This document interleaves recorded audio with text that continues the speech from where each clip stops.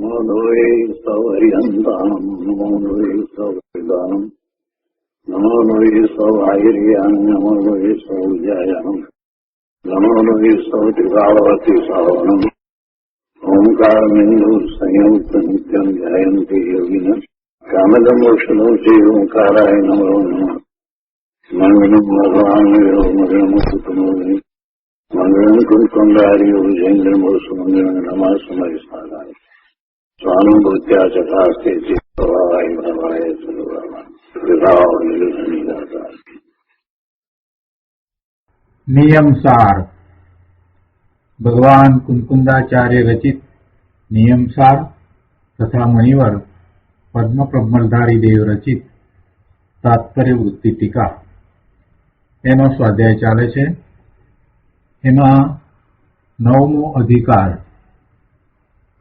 પરમ સમાધિ અધિકાર. આ અધિકારની ગાથા 130 અને તે પછીથી કળશ 215 ત્યાં સુધી આપણે સ્વાધ્યાય કર્યો છે. હવે આજે આગળ સ્વાધ્યાય લઈએ તે પહેલા સહેજ પુનરાવર્તન કરીએ. 215 કળશમાં જે વાત કરી તે 130મી ગાથાના અનુસંધાનમાં કરવામાં આવી. 130મી ગાથામાં એમ કહ્યું કે જે પુણ્ય તથા પાપરૂપ ભાવને નિત્ય ત્યાગે છે, વર્જે છે, તેને સામાયિક સ્થાયી છે. એટલે 215માં કળશમાં પછી એ વાત આવી કે સમ્યક દ્રષ્ટિ જીવ સંસારના મૂળ કારણરૂપ સર્વ પુણ્ય પાપને તજીને નિત્ય આનંદમય સહજ ચૈતન્ય રૂપ પોતાના આત્માને પ્રાપ્ત કરે છે અને તે શુદ્ધ જીવાસ્તિકાયમાં એટલે પોતાના આત્મામાં તે સદા વિહરે છે. અને તે પછી ત્રિભુવન જનોથી 3 લોકના જીવોથી અત્યંત પૂજાતો એવો જીન થાય છે, એટલે જીનેશ્વર થાય છે. હવે આગળ કળશ 216 લઈએ. ગાથા 130 પછીથી 3 કળશ કયા છે? કળશ 215, 216 અને 217. તો તે પૈકીનો બીજો કળશ, કળશ 216. સ્વત સિદ્ધમ જ્ઞાનમ દુરગસુ કૃત્ય અરણ્ય દહનમ મહામોહ પ્રબલ તર તેજોમય ઇદમ વિનિર્મુક્તે મૂલમ નિરુપધિ મહા આનંદ સુખદમ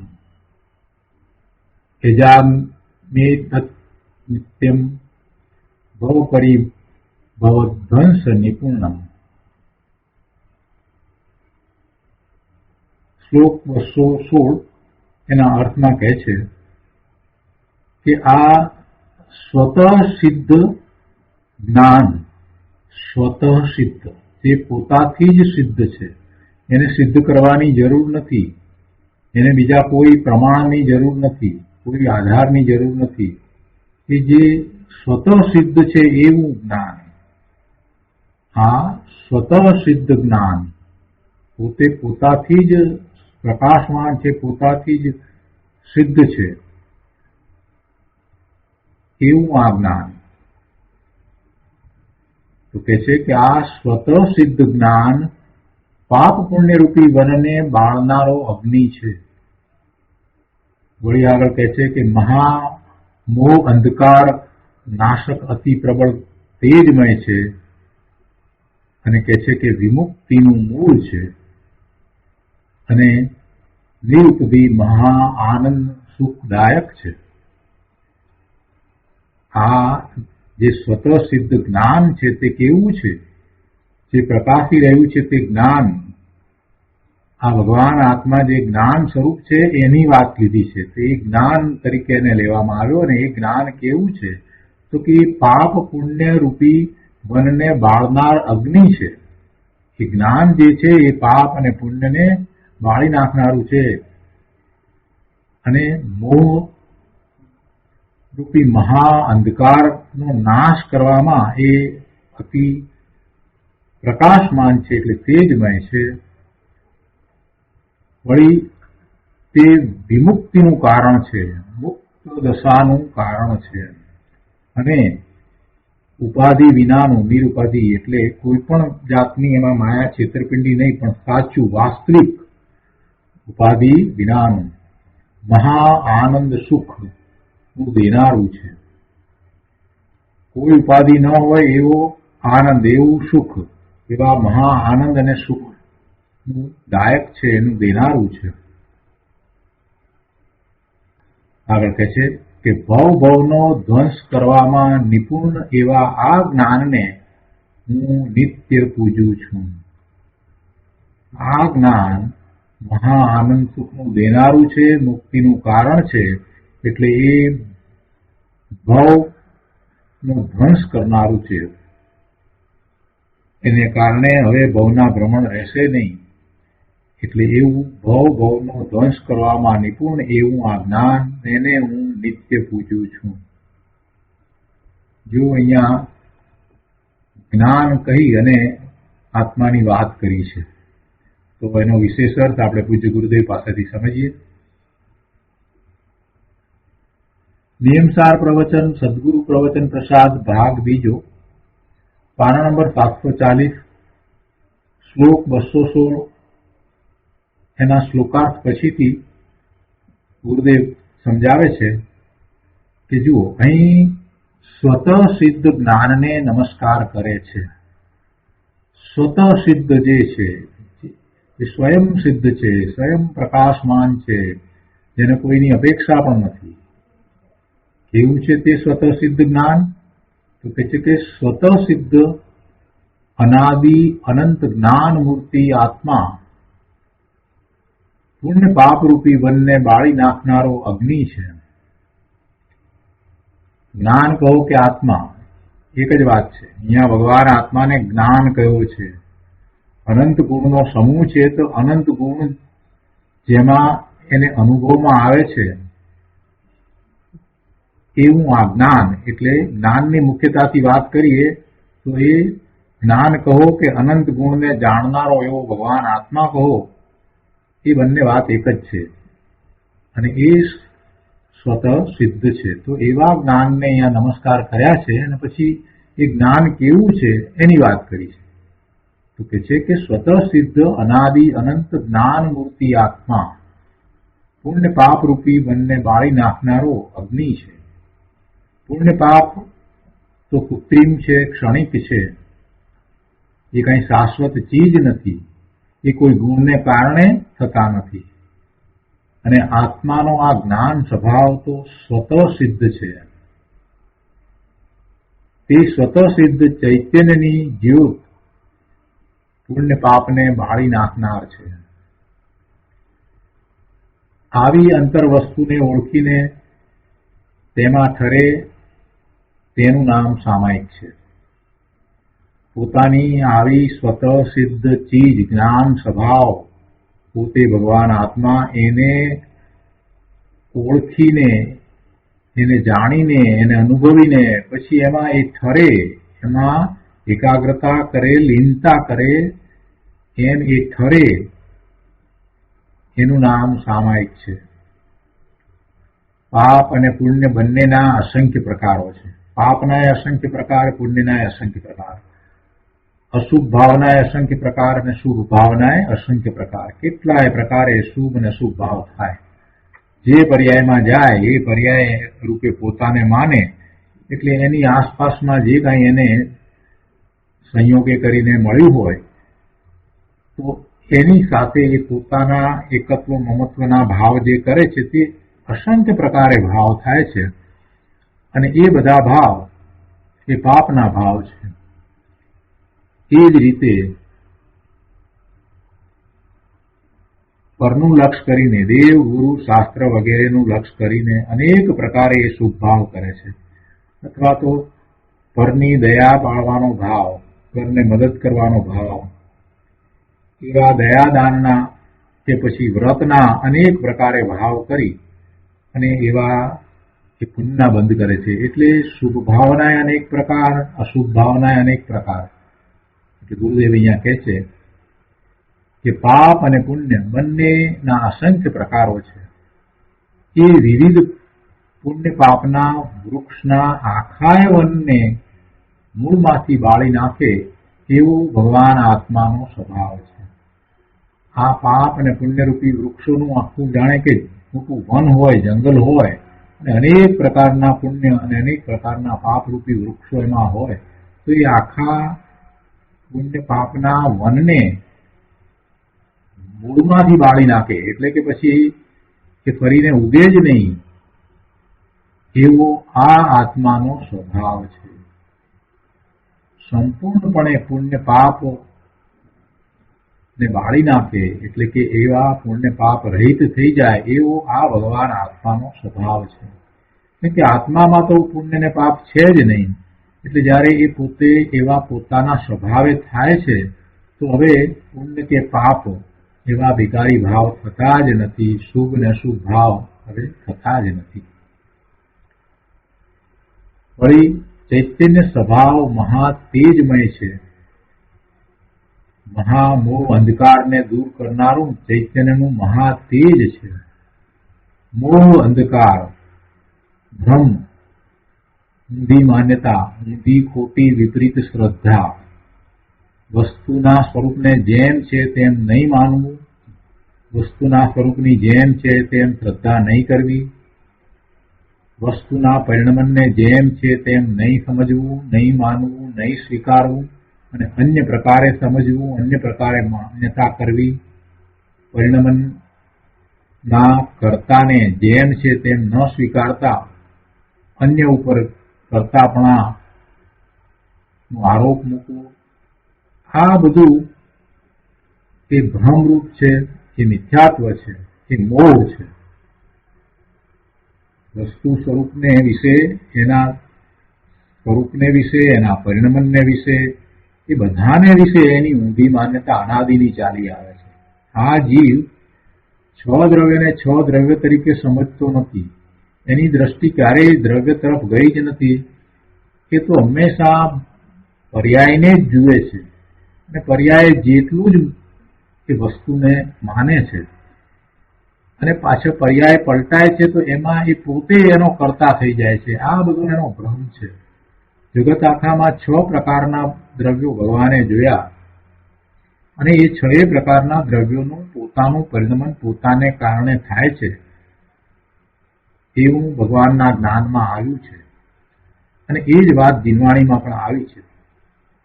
તે છતાંય આ જીવ એ વાતને સ્વીકારતો નથી, અને જગતના પદાર્થોના પરિણમનો કરાવનારો એ પોતે કરતા થઈ જાય છે.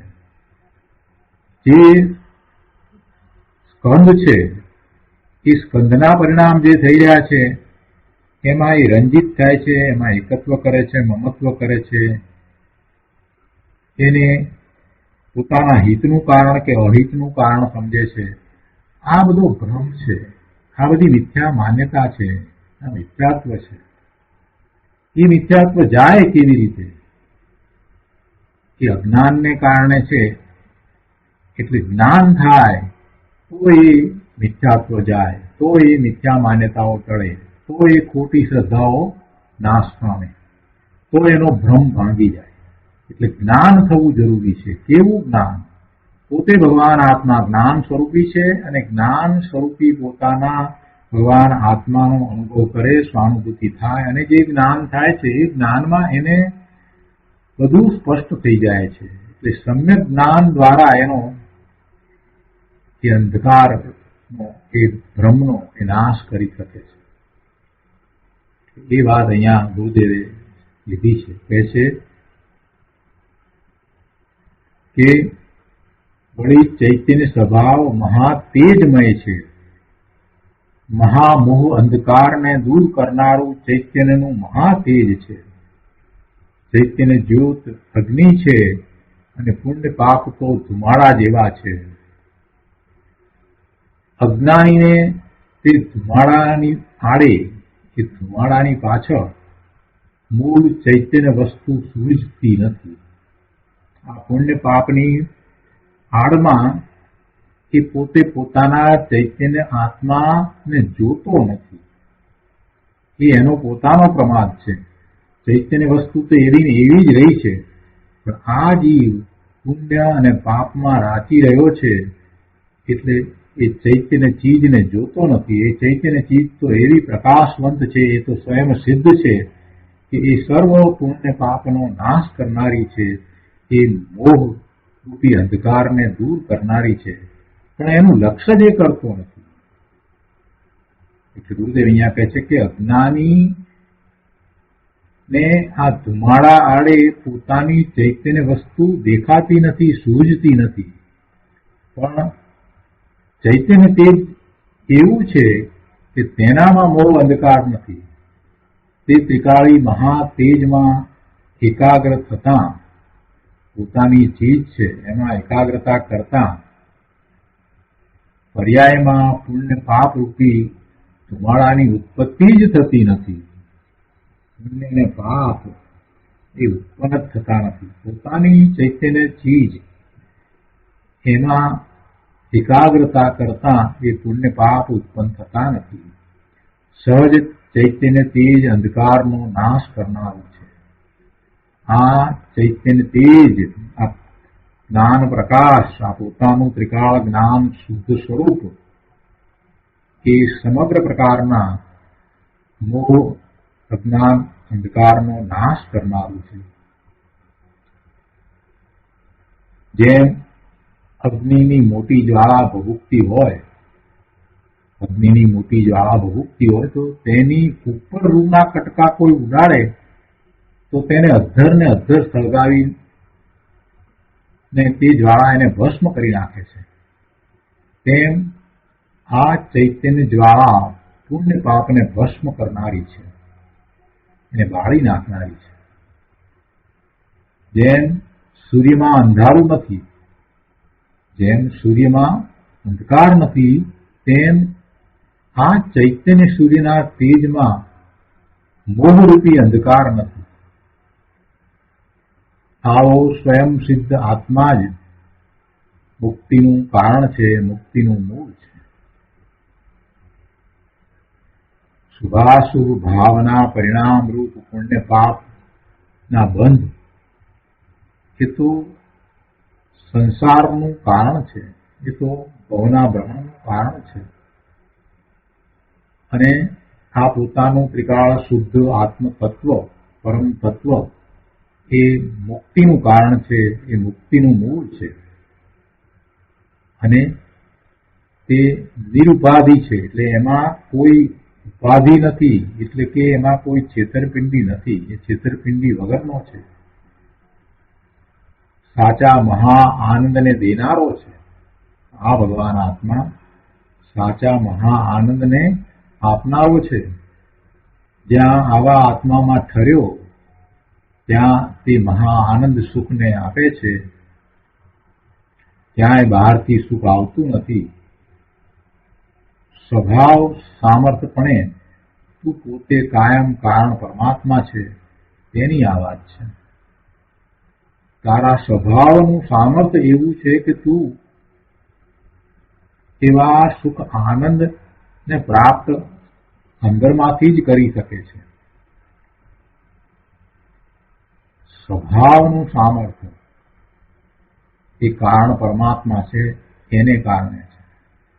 પોતે જ કારણ પરમાત્મા છે એટલે એવું પોતાનું સામર્થ્ય છે. અને એ સામર્થ્ય અનાદિથી છે, અનંતકાળ સુધી રહેનારું છે. એમાં ક્યારેય કાંઈ વધઘટ થતી નથી. માટે એને ધ્રુવ કહ્યું, એને સ્વભાવ કહ્યો, જે ક્યારેય બદલાતો નથી એવો એ સ્વભાવ છે. અને એ સ્વભાવનું કારણ પોતે કારણ પરમાત્મા છે. એની અહીંયા તો વાત છે. તો એનો વિશ્વાસ કરીને તેમાં રમણતા કરવી તે જ ભવના નાશનું કારણ છે. માટે મુનિરાજ કહે છે કે ભવનો નાશ કરવામાં જે કુશળ છે એવા આ સ્વયં સિદ્ધ જ્ઞાનમય આત્માને હું નિત્ય પૂજું છું, એનો નિત્ય આદર કરું છું. એમાં એકાગ્રતા કરું છું, એમાં લીનતા કરું છું, એમાં ઠરું છું. અંતર્મુખ પરિણામ વડે તેને હું પૂજું છું. આવી પોતાના સ્વયં સિદ્ધ જ્ઞાનમય ભગવાન આત્માની પૂજા છે. અને આવી પૂજા તે સામાયિક છે. કેસર ચંદન લઈને કે ફૂલ લઈને કે ચોખા લઈને ભગવાનની પૂજાનો જે ભાવ છે, દ્રવ્ય પૂજાનો ભાવ, જે ભાવ પૂજાનો ભાવ છે, એ તો શુભ ભાવ છે અને એ તો પુણ્ય બંધનનું કારણ છે.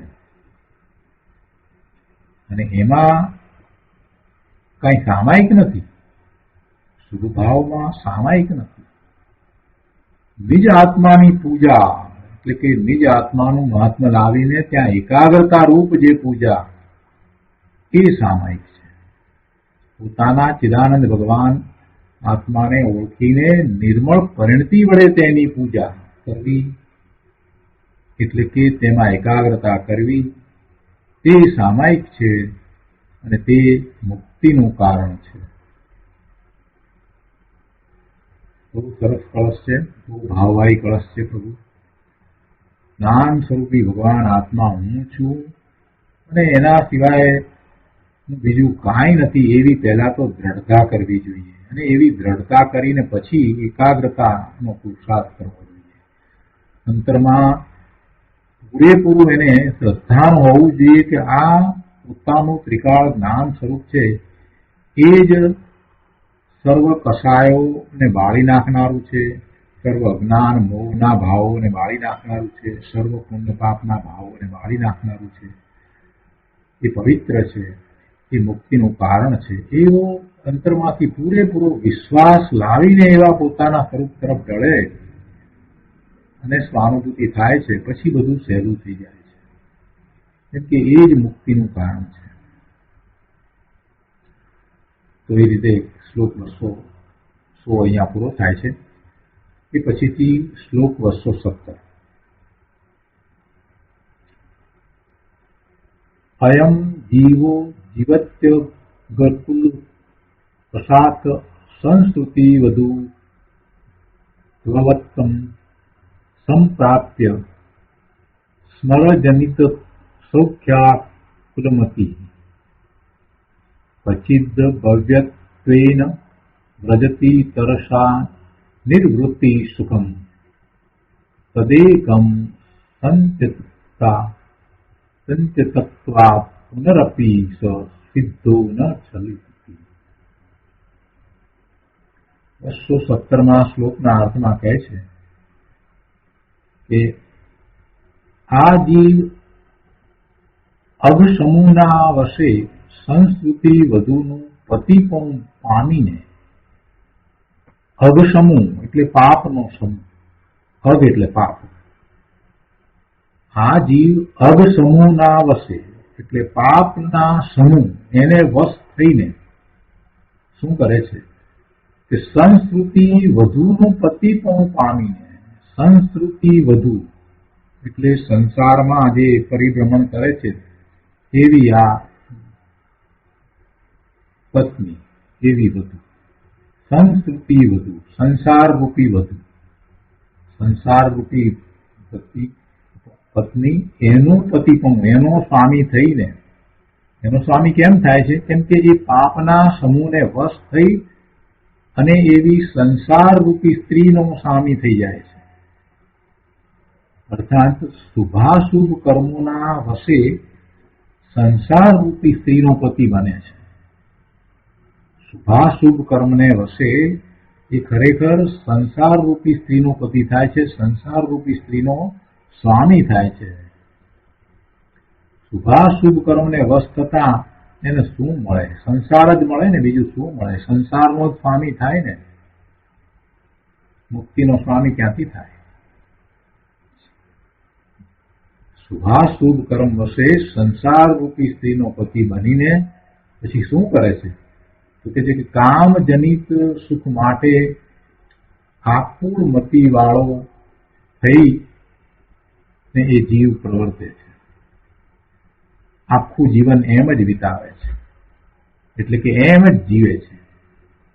આ જીવ પાપ સમૂહના વશે સંસ્કૃતિ વધુનું પતિપણું પામીને, એટલે કે શુભાશુભ કર્મના વશે સંસારરૂપી સ્ત્રીનો સ્વામી થઈને કામજનિત સુખ માટે આકુળ મતિવાળો થઈને જીવે છે.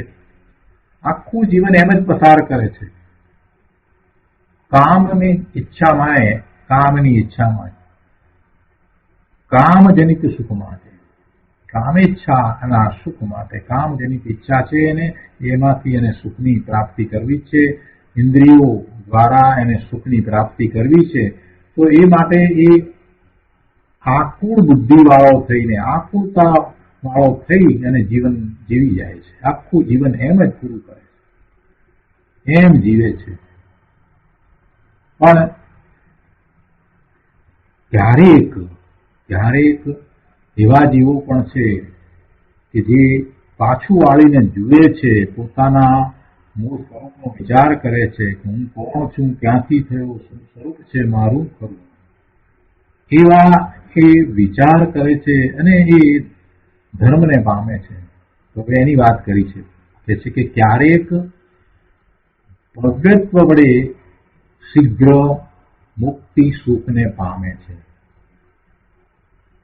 ક્યારેક, મોટા ભાગે જે થાય છે એની પહેલા વાત લીધી કે એ પુણ્ય અને પાપ એ શુભાશુભ કર્મોના વશે થઈ જાય છે અને એ સંસાર રૂપી સ્ત્રીનો પતિ થઈ અને કામજનિત સુખને માટે આકુળ થઈ અને જીવે છે.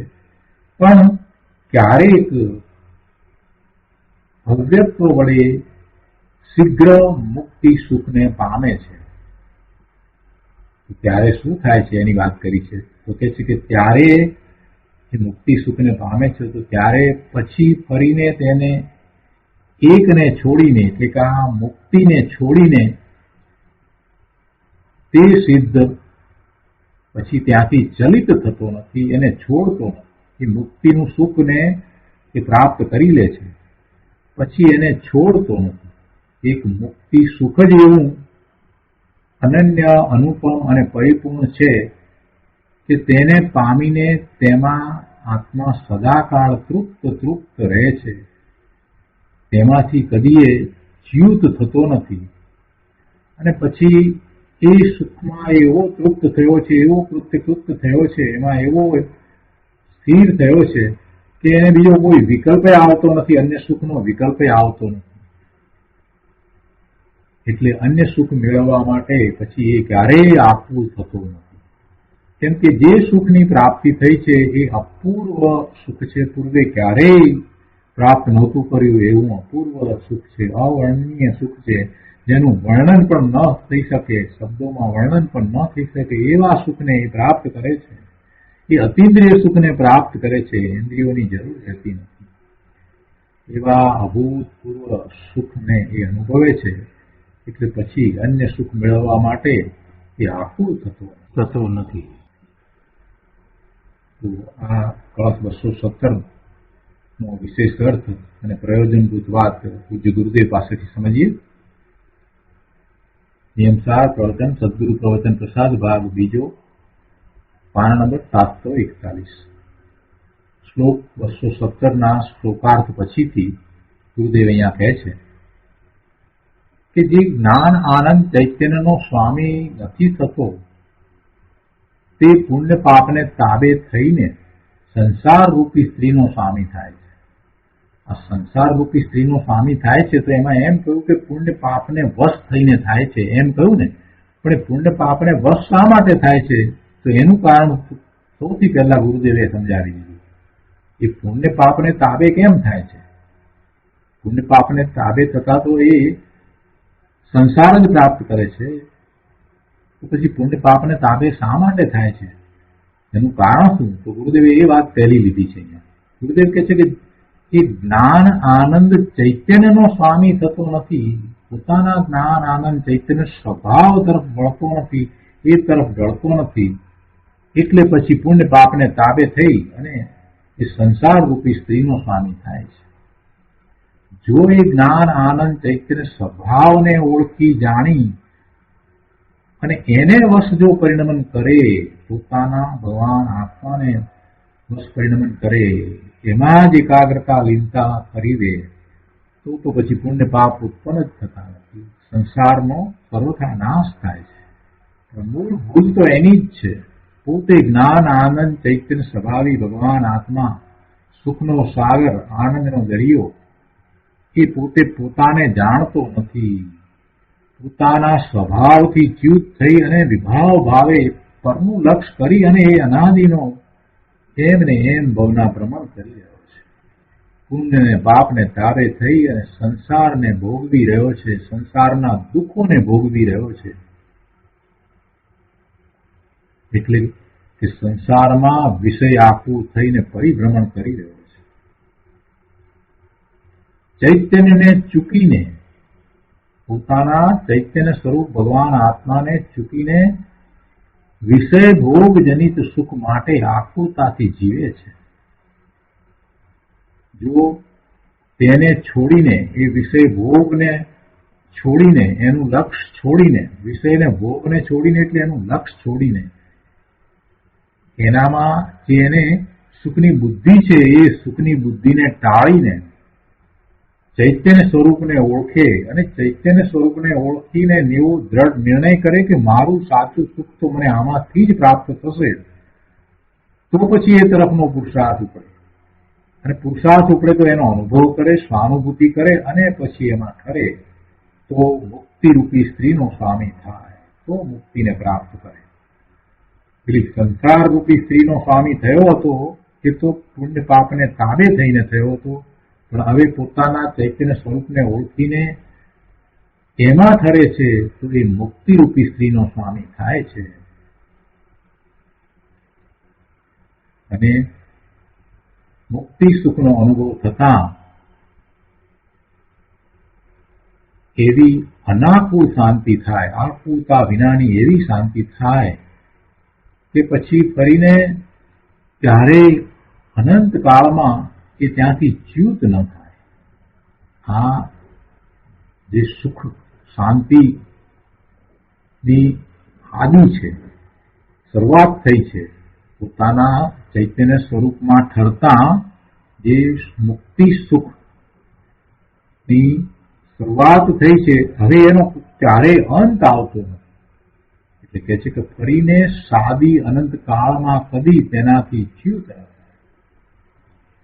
એને આ જે મુક્તિનું સુખ છે તેની આદિ છે, પણ એનો અંત નથી. સાદી અનંત છે, એ સાદી અનંત છે. અનંત કાળ સુધી એમાંથી એ ચ્યુત થતો નથી. અને આવું વિતરાગી સામાયિકનું ફળ છે. એનો વધુ વિસ્તાર કરતા ગુરુદેવ કહે છે કે શુભ અને અશુભ બંનેનો ત્યાગ કરીને ચૈતન્યમાં ઠરવું તે સામાયિક છે. પુણ્ય પાપને પોતાનું સ્વરૂપ માનનાર જીવ, પુણ્ય પાપને પોતાનું સ્વરૂપ માનનાર જીવ ચૈતન્યને ચૂકીને પુણ્ય પાપને વશે સંસારમાં ભ્રમણ કરે છે. હું તો પુણ્ય પાપ રહિત ચૈતન્ય છું એમ પોતાના સ્વભાવને તાબે જે નથી થતો તે વિકારને તાબે થઈ અને સંસાર રૂપી સ્ત્રીનો ધણી થાય છે. પણ મોક્ષ રૂપી સ્ત્રીને તે પામતો નથી. સંસાર રૂપી સ્ત્રી એટલે આત્માની વિકારી પરિણતિ. સંસાર રૂપી સ્ત્રી એટલે આત્માની વિકારી પરિણતિ. એવી પરિણતિનો સ્વામી કોણ થાય છે? અજ્ઞાની થાય છે. ગુરુદેવ કહે છે કે જો આ જીવને ક્યાંક ધણીપણું તો એ રાખશે ને, એને હોય છે ને, ક્યાંક ધણીપણું તો રાખશે ને. કાં તો પોતાના સ્વભાવ ભાવને ઓળખીને એનો ધણી થાય, એનો સ્વામી થાય, અને કાં તો પુણ્ય પાપને વશ થઈ અને સંસાર રૂપી સ્ત્રીનો સ્વામી થાય. શું કહે છે કે ક્યાંક ધણીપણું તો રાખશે ને. કાં તો સ્વભાવને ઓળખીને પોતાના અનંત ગુણના કારણે જે સ્વભાવ છે એવા સ્વભાવને ઓળખીને એનો સ્વામી થાય, અને એ પુણ્ય પાપનો સ્વામી થાય. અજ્ઞાનીને અનાદિથી વિકારી પરિણતિ રૂપી સ્ત્રીનો સંગ છૂટ્યો નથી, એટલે એ હંમેશા એની સાથે રહ્યો છે ને એનો એક સ્વામી થઈને રહ્યો છે. અજ્ઞાની છે એ અનાદિથી વિકારી પરિણતિ રૂપી સ્ત્રીનો સંગ કરીને એનો સ્વામી થઈને રહ્યો છે. એને ક્યારેય સામાયિક હોતી નથી. શરીર આદિ તથા વિકારને પોતાના માનનાર જીવ સંસારમાં પરિભ્રમણ કરતો કરતો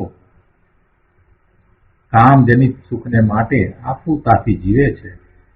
તેને આત્માના સહજ સુખની ખબર નથી. તેથી ઈચ્છાજનિત ઇન્દ્રિય સુખની આકુરતાથી તે જીવે છે, તે બળે છે. ઈચ્છાજનિત ઇન્દ્રિય સુખની આકુરતાથી એ આકુરતામાં તો એ મળી રહ્યો છે, એ એનું જીવન છે.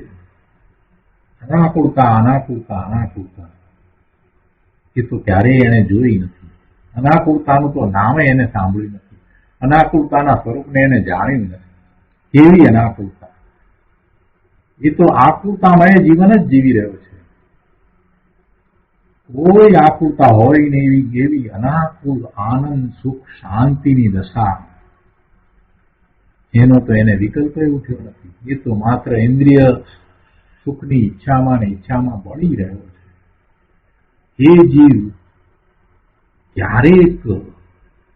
ક્યારેક પાછો પડે છે, ક્યારેક એને એવું નિમિત્ત મળે છે, અને એ નિમિત્તને લીધે થઈ અને ક્યારેક એ આ ઇન્દ્રિયોના સુખની લાલસાથી થોડીક ક્ષણ પૂરતો પણ એ થંભી જાય છે અને પોતાનો વિચાર કરે છે, પોતાના જ્ઞાન સ્વરૂપ ભગવાન આત્માનો વિચાર કરે છે. અને પછી એને એવો પુરુષાર્થ ઉપડે છે તો કહે છે કે એવો જીવ ક્યારેક પોતાની ભવ્યતાની યોગ્યતા વડે ગુરુ ગમે આત્મભાન કરીને શીઘ્ર મુક્તિ સુખને પામે છે. હવે એ એક લીટીમાં આખી વાત કરી, પણ એ તો મોટો પુરુષાર્થ, ઘણો મોટો પુરુષાર્થ છે. ગુરુ ગમે પોતે આત્મ અનુભવ કરે છે. ગુરુ જે રીતે એને જીવવાણી સમજાવે છે, જે રીતે ઉપદેશ આપે છે, અને જે રીતે ગુરુ પોતે પોતાના સ્વરૂપને અનુભવ્યું છે એ જ રીતે એને માર્ગદર્શન આપે છે. અને આ પણ જીવ પોતે ભવ્ય છે, તો પોતાની યોગ્યતા વડે ગુરુએ આપેલા જ્ઞાન દ્વારા એ એવો પુરુષાર્થ આદરે છે, અને એમ કરતા એને સ્વાનુભૂતિ થાય છે, સ્વનો અનુભવ થાય છે, બધું સ્પષ્ટ થઈ જાય છે. જગતનું સ્વરૂપ અને પોતાનું સ્વરૂપ એકદમ સ્પષ્ટ દેખાય છે, ભાસે છે, વિતરાગી પરિણામ થાય છે. પણ એક વખતના એવા વિતરાગી પરિણામ થયા પછીથી પોતે ભગવાન આત્મા છે, પોતાને કોઈ પર્યાય નથી. આ મનુષ્યની પર્યાય, દેવની પર્યાય, નારકીની પર્યાય, એવી કોઈ ગતિ નથી. પોતાને એવા કોઈ શરીર નથી. પોતે ભગવાન આત્મા ત્રિકાળ જ્ઞાન સ્વરૂપ આનંદ સ્વરૂપ છે, એ વાતનું ભાન થાય છે.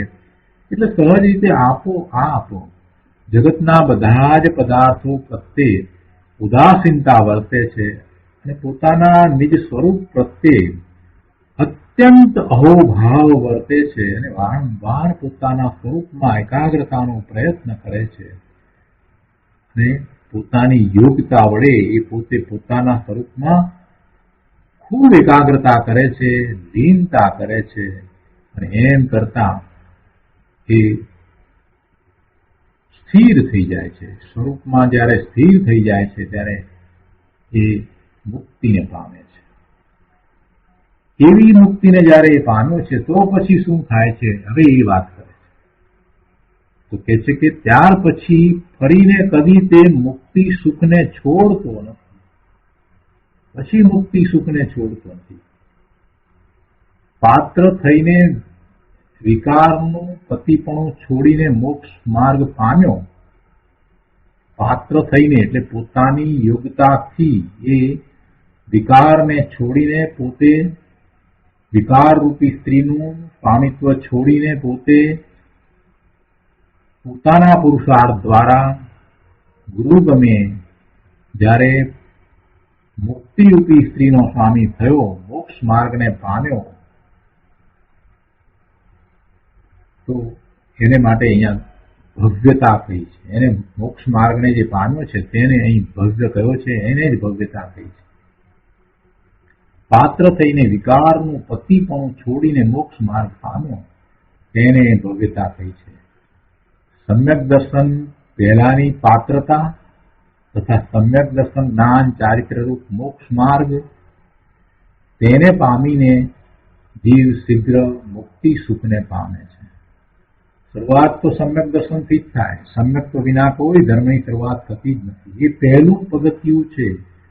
મોક્ષ માર્ગમાં સૌથી પહેલું પગથિયું સમ્યક્ત્વ પ્રગટ કરવાનું છે. એટલે એ સમ્યક્ત્વ પ્રગટ કરવાની પોતાની પાત્રતાની વાત અહીંયા ગુરુદેવે લીધી છે કે સમ્યક દર્શન પહેલાની પાત્રતા. પહેલા એ શું કરતો હતો? એ તો પહેલા તો એ પુણ્ય પાપને વશ થતો હતો અને સંસાર વધારી રહ્યો હતો. એ વખતે તો એનું લક્ષ્ય સ્વરૂપ તરફ થયું ન હતું. એને આત્માનું ભાન ન હતું, આત્માનું મહાત્મ્ય આવ્યું ન હતું. એટલે એ વખતે જે પાત્રતા જોઈએ, સ્વરૂપ તરફ વળવાની પાત્રતા, મુક્તિના માર્ગને સમજીને એ તરફનો પુરુષાર્થ આદરવાની પાત્રતા, પોતાના પૂર્ણ સ્વરૂપની પ્રાપ્તિ માટેનો જે પુરુષાર્થ કરવો છે તો એની પાત્રતા એ ક્યાંથી આવી? એ એનામાં પડી છે, એ પ્રગટ થઈ છે. એટલે એ જ ભવ્યતા છે.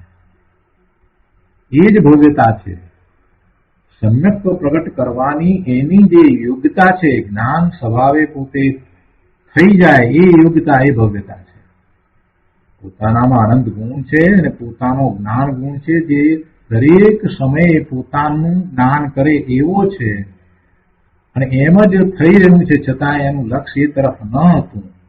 જ્યારે એ પોતાના જ્ઞાન સ્વભાવી ભગવાન આત્માને દ્રવ્યકૃતના અભ્યાસ દ્વારા ગુરુ ગમે જાણે છે, સમજે છે અને પછી એવા પોતાના જ્ઞાન સ્વભાવનો અનુભવ કરવા માટે, જ્ઞાન સ્વભાવે પરિણમી જવા માટે પુરુષાર્થ આદરે છે,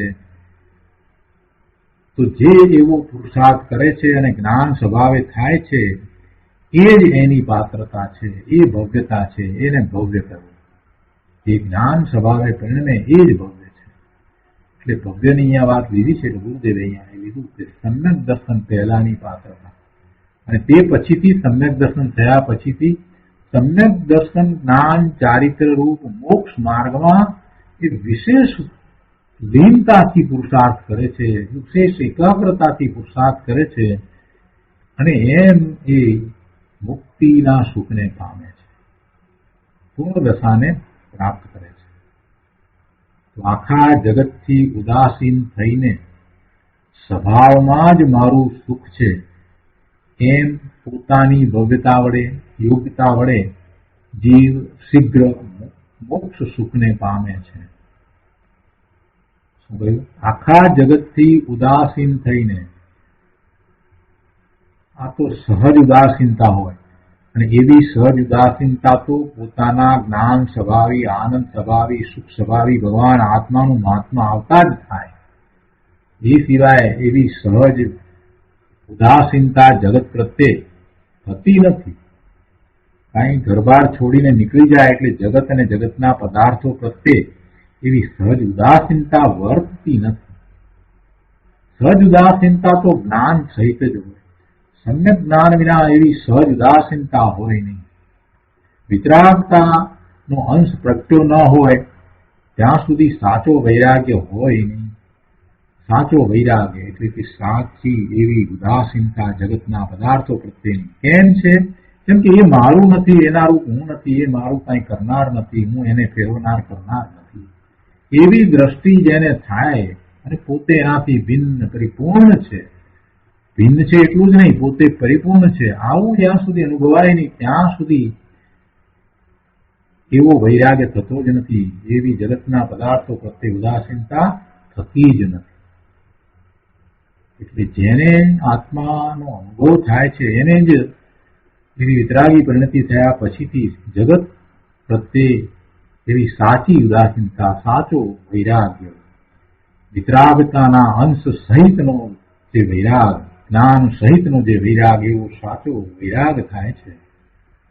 અને પછી તો એને બીજું કાંઈ નથી, એમ જ છે કે હું પોતે ભગવાન આત્મા પરિપૂર્ણ છું, મારો સ્વભાવ જ સુખનો સ્વભાવ છે, જ્ઞાનનો સ્વભાવ છે, આનંદનો સ્વભાવ છે, સ્વભાવમાં જ મારું સુખ છે.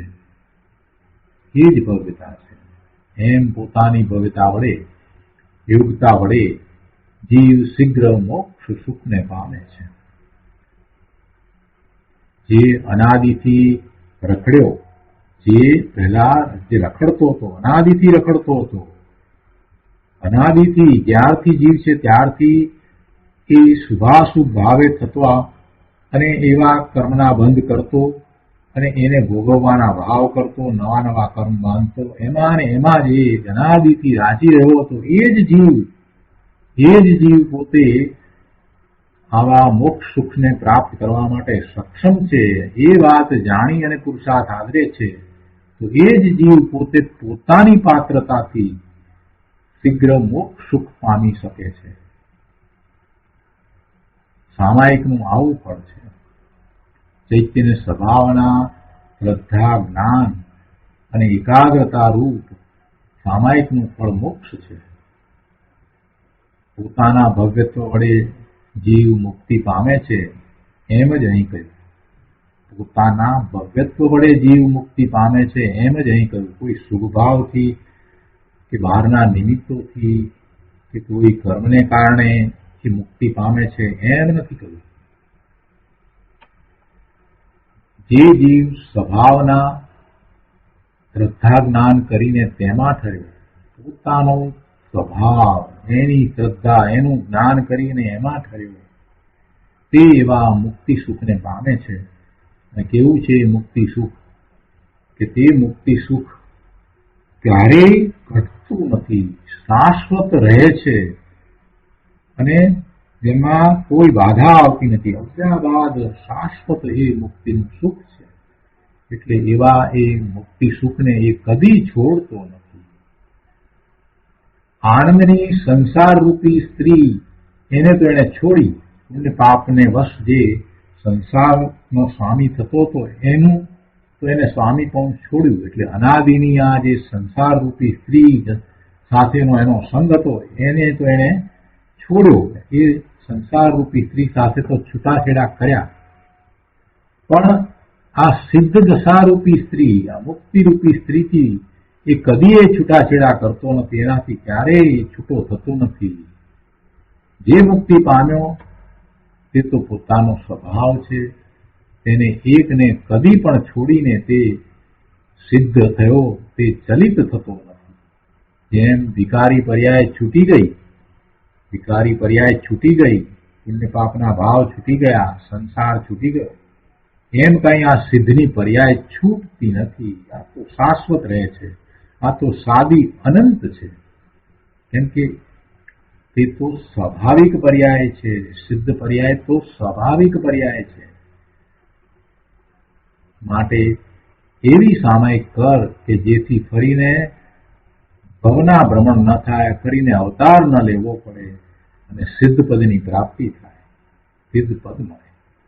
એક મુક્તિ સુખ જ એવું અનન્ય, અનુપમ અને પરિપૂર્ણ છે કે તેને પામીને તેમાં આત્મા સદાકાળ તૃપ્ત રહે છે. તેમાંથી કદી એ ચ્યુત થઈને અન્ય ઇન્દ્રિય સુખ મેળવવા માટે તે આકુળ થતો નથી. સિદ્ધનું સુખ અનન્ય છે. સિદ્ધનું સુખ અનન્ય છે. એટલે કે સિદ્ધ સિવાય બીજે ક્યાંય તેવું સુખ નથી. સ્વર્ગ કે લક્ષ્મી વગેરે ભેગોમાં તેવું સુખ નથી. માટે સિદ્ધ સુખ અનુપમ છે.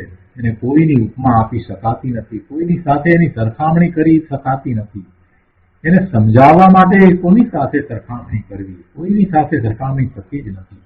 લૌકિકમાં એવું કોઈ સુખ જ નથી કે જેની સાથે એની સરખામણી કરીને એમ કહેવાય કે એના કરતા એ આટલા ઘણું વધારે. કેમ કે લૌકિકમાં એવું કોઈ સુખ જ નથી. આત્મામાંથી આવતો આનંદ અને સુખ, અને સમ્યક્ત્વ વખતે જ્યારે નિર્વિકલ્પ દશા થઈ છે અને થોડી ક્ષણ પૂરતો પોતે પોતાના સ્વરૂપમાંથી આવતા અતિન્દ્રિય આનંદને વેદે છે, તો એનું વેદન, એ અનુભવને લૌકિકમાંથી આવતા કોઈ સુખ સાથે સરખાવી ન શકાય એવું છે. એનું શબ્દોના વર્ણને થતું નથી, અનુભવવાની ચીજ છે. તો આ તો પૂર્ણ દશાનું સુખ, સિદ્ધનું સુખ, એ તો અનુપમ છે, એને કોઈની ઉપમા આપી શકાય નહીં. એ પરિપૂર્ણ દશાનું સુખ છે, પૂર્ણ સુખ છે, અવ્યાબાદ સુખ છે, કાયમ રહેવા વાળું શાશ્વત સુખ છે. સંસારના સુખ કદી પૂરા થતા નથી, એમાં તો ક્યાં સુખ છે? એ તો દુઃખ ગર્ભિત સુખ છે. પહેલા દુઃખ છે ને પછી એ દુઃખ ઓછું છે એટલે એ એમ માને છે કે સુખ છે. એમાં તો આકુરતા છે, એમાં તો સદાય આકુરતા રહ્યા કરે છે. માટે આ મોક્ષનું સુખ એ જ સાચું પરિપૂર્ણ સુખ છે. તેને પામનાર જીવને એવો સ્વભાવ આનંદ છે કે કદી તેનાથી કંટાળો આવતો નથી, તૃપ્ત જ રહે છે અને કદી સંસાર સુખને ઈચ્છતા નથી. બહુ સરસ વિસ્તાર કર્યો છે ગુરુદેવે. તો આ રીતે આપણે આ કળશ અહીંયા પૂરો કરીએ છીએ. 217મો કળશ પૂરો થાય છે. ગાથા 130 પછીથી કળશ 215, 216 અને 217 એ 3 કળશ પૂરા થયા. હવે એના પછીથી કુંકુંદાચાર્ય ભગવાનની ગાથા 131 અને 132 છે, એનો સ્વાધ્યાય આપણે શરૂ કરીએ છીએ. ગાથા 131, 132. જોદુ અસસમ રૈ શોકમ અર્તિમ વજ્જેદીણચસો તસ્ય સામાયિકમ થાયિદી કેવલી શાસને. જોદવંચા ભયમ વેદમ સર્વમ વજ્જેદીણચસો તસ્ય સામાયિકમ થાયિદી કેવલી શાસને. સંસ્કૃતમાં ગાથા છે. યસ્તુ વાસ્યમ રતિમ શોકમ અરતિમ વર્જંતી નિત્યસ્વ તસ્ય સામાયિકમ સ્થાયી ઇતિ કેવલી શાસને. યહ જુગુપ્સામ ભયમ વેદમ સર્વ વર્જયતી નિત્યસ્વ તસ્ય સામાયિકમ સ્થાયી ઇતિ કેવલી શાસને. ગુજરાતીમાં ગાથા છે. જે નિત્ય વર્જે હાસ્યને રતિ અરતી તેમજ શોકને સ્થાયી સામાયિક તેખને ભાગ્યુત્રી કેવળી શાસને. જે નિત્ય વર્જે ભય જુગુપ્સા વર્જતો સૌ વેદને સ્થાયી સામાયિક તેહને ભાગ્યુત્રી કેવળી શાસને. જો નવ કસાય છે ને, એ નવ કસાયને જે છોડે છે એને સ્થાયી સામાયિક હોય છે, એમ શ્રી કેવળી ભગવાને કહ્યું છે. રતિ અરતિ હાસ્ય શોક, ભય જુગુપ્સા અને 3 વેદ, ત્રિવેદ, પુરુષ વેદ અને નપુંસક વેદ, એમ 9 કસાય છે. તો આ 2 ગાથાની અંદર એ 9 કસાયને લીધા અને પછી એમ કહ્યું કે એને જે છોડે છે, વર્જે છે, એને સ્થાયી સામાયિક હોય છે. ગાથાર્થમાં કહે છે, અન્વયાર્થમાં કહે છે કે યહ તુ હાસ્યમ રતિમ શોકમ અરતિમ, જે હાસ્ય, રતિ, શોક અને અરતિને નિત્ય વર્જયતી, નિત્ય વર્જે છે, તસ્ય સામાયિકમ સ્થાયી ઇતિ કેવલી શાસને. તેને સામાયિક સ્થાયી છે એમ કેવળીના શાસનમાં કહ્યું છે. વળી 132માં પણ કહે છે કે યહ જુગુપ્સામ ભયમ સર્વમ વેદમ, જે જુગુપ્સા, ભય અને સર્વ વેદને, સર્વ વેદ એટલે 3 વેદ, પુરુષ વેદ, ત્રિવેદ અને નપુંસક વેદ. જુગુપ્સા, ભય અને આ 3 વેદને નિત્ય વર્જયતી, નિત્ય વર્જે છે, તસ્ય સામાયિકમ સ્થાયી ઇતિ કેવલી શાસને. તેને સામાયિક સ્થાયી છે એમ કેવડીના શાસનમાં કહ્યું છે. ટીકામાં મુનિરાજ પદ્મપ્રભુ ધારીદેવ કહે છે કે આ નવ કસાયના વિજય વડે પ્રાપ્ત થતા સામાયિક ચારિત્ર્યના સ્વરૂપનું કથન છે. 9 પ્રકારના નો કસાય એ નવ કસાયના વિજય વડે એ કસાયો રહિત થયા, કસાયોને જીતી લીધા, તેથી જે પ્રાપ્ત થઈ છે એવી આ સામાયિક ચારિત્રની દશા, એના સ્વરૂપનું અહીંયા કથન કરવામાં આવ્યું છે. આ નવ કસાયના વિજય વડે પ્રાપ્ત થતા સામાયિક ચારિત્રના સ્વરૂપનું કથન છે. આગળ કહે છે કે મોહનીય કર્મજનિત સ્ત્રીવેદ, પુરુષવેદ, નપુંસક વેદ, હાસ્ય, રતિ, અરતિ, શોક, ભય અને જુગુપ્સા, આ જો 9 જે કહ્યા એ 9 નું કારણ કહ્યું કે મોહનીય કર્મજનિત. મોહનીય કર્મજનિત એટલે કે એને મોહનીય કર્મનો ઉદય વર્તે છે અને એ પોતે મોહનીય કર્મના ઉદય સાથે જોડાયો છે, એટલે પોતે મિથ્યાત્વ સહિત થાય છે, મિથ્યાત્વ સહિત વર્તે છે, તો એને આ 9 પ્રકારના મોહ કસાય છે. મોહને કારણે આ 9 કસાય છે. 9 કસાયનું કારણ શું છે? એનું મૂળ કારણ તો એનો મોહ છે, એનો ભ્રમ છે, એનું મિથ્યાત્વ છે, એની ઊંધી ખોટી માન્યતા, શ્રદ્ધા છે. ખોટી શ્રદ્ધા, ઊંધી શ્રદ્ધા, વિપરીત માન્યતા. શું છે વિપરીત માન્યતા? તો આ 9 કસાય રૂપે એની માન્યતા છે. પોતાને સ્ત્રી માનવી, પોતાને પુરુષ માનવું, પોતાને નપુંસક માનવું, આ હાસ્ય, આરતી, અરતિ, એને એ પોતાના માનવા એવા ભાવ, પોતાના સ્વરૂપને વિશે એની કલ્પના કરવી, આ ભય ને જુગુપ્સા પોતાને થવા, આ બધું શું છે? એ મોહને કારણે છે, એ મોહને વશ થાય છે. એટલે અહીંયા મુનિવર કહે છે કે મોહનીય કર્મજનિત. જો કર્મજનિત કહ્યું એટલે એમ નહીં સમજવું કે કર્મ એને એમ કરાવે છે, એમ નહીં. કર્મના ઉદયો એવા હોય, મોહનીય કર્મના ઉદય હોય, દર્શન મોહનીય કર્મના ઉદય ને કારણે એને મિથ્યાત્વ છે, પણ એ દર્શન મોહનીય કર્મનો ઉદય વર્તે છે તો એમાં દોષ તો એનો પોતાનો છે. એના જળ કર્મો એનામાં કાંઈ કરે છે એમ નથી. એ વાત તો સિદ્ધાંતની વાત છે, એને તો એમ જ રાખવી. પોતે ધારે તો એ મોહનીય કર્મના ઉદય વર્તતા છતાં એની સાથે જોડાય નહીં અને સાચી સમ્યક માન્યતાને પોતે ગ્રહે એવી શ્રદ્ધા કરે અને એવો પુરુષાર્થ કરે તો એ સમ્યક્ત્વ પ્રગટ કરી શકે છે. જેમણે સમ્યક્ત્વ પ્રગટ કર્યું એ બધાને પૂર્વે મિથ્યાત્વ હતું, બધાને પૂર્વે મિથ્યાત્વ જ હતું. મોહનીય કર્મનો ઉદય વર્તતો હતો અને મિથ્યાત્વ હતું. એ બધાએ પુરુષાર્થ કરી અને સમ્યક્ત્વ પ્રગટ કર્યું છે. એટલે કઈ એમ નથી કે મોહનીય કર્મ એને મિથ્યાત્વ ના ભાવે રખડાવી રહ્યું છે, એમ નથી. બહુ શાંતિથી આ વાતને સમજવાની છે. એ પોતે પુરુષાર્થ આદરતો નથી, પણ વ્યવહારથી જયારે કહેવામાં આવે ત્યારે એ જ વાત કરવામાં આવે છે કે મોહનીય કર્મના ઉદયને કારણે મૂળ દોષ તો એનો પોતાનો છે. અહીંયા બીજી પણ વાત સાથે લેવી છે કે એને આવા કસાયો કેમ છે? તો એનું કારણ એનો મોહ છે. જયારે એ મોહ ચાલ્યો જશે તો સાથે ને સાથે આ કસાયો જે છે 9 પ્રકારના એ પણ ચાલ્યા જશે. એ વાત પણ સમજાવવી છે. એટલે અહીંયા કહે છે કે મોહનીય કર્મજનિત છે. એટલે મોહનીય કર્મ જશે તો સાથે સાથે આ બધા 9 પ્રકારના કસાયો છે એ પણ જશે. એનું મૂળ મોહનીય કર્મ છે.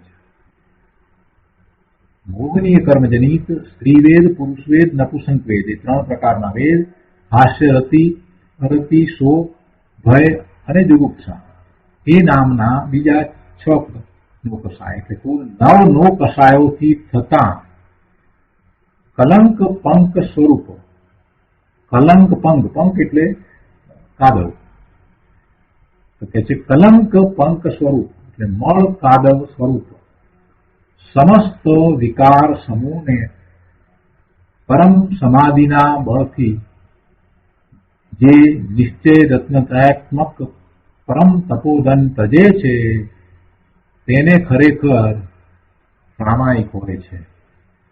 આ 9 પ્રકારના કસાય કયા, એને તો અહીંયા કલંક કયા, કાદવ કયો, મેલ કયો, મળ કાદવ સ્વરૂપ છે.